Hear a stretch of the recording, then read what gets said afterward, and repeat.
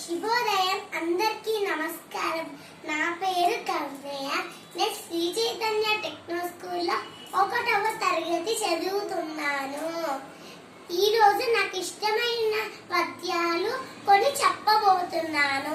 అరక అరక అరక భూమిని దున్నే అరక, అన్నం పెట్టే ఆరైతన్నకు అలంకారమే అరక, బెరక నేలలో అయినా అరిసిపోదు అరక, పచ్చని పంటలు పండగ చూసి మురిసేను అరక, పనస పండుని చూడు పచ్చగా ఉండు, పనస తొలని చూడు గొప్ప రుచిగా ఉండు, పనస పొట్టు కూర ఒక పట్టు పట్టి చూడు, మరువలేవు నీవు మరల మరల పనస, శనగ చేనుకు పోయాను దోసడ శనగలు తెచ్చాను, తెచ్చిన శనగలు అమ్మకు ఇస్తే శనగల కూర వండింది, వండిన శనగలు తీసుకొచ్చి నాకు అన్నకు పంచింది, పంచిన శనగలు తింటూ ఉంటే అంతా రుచిగా అనిపించింది.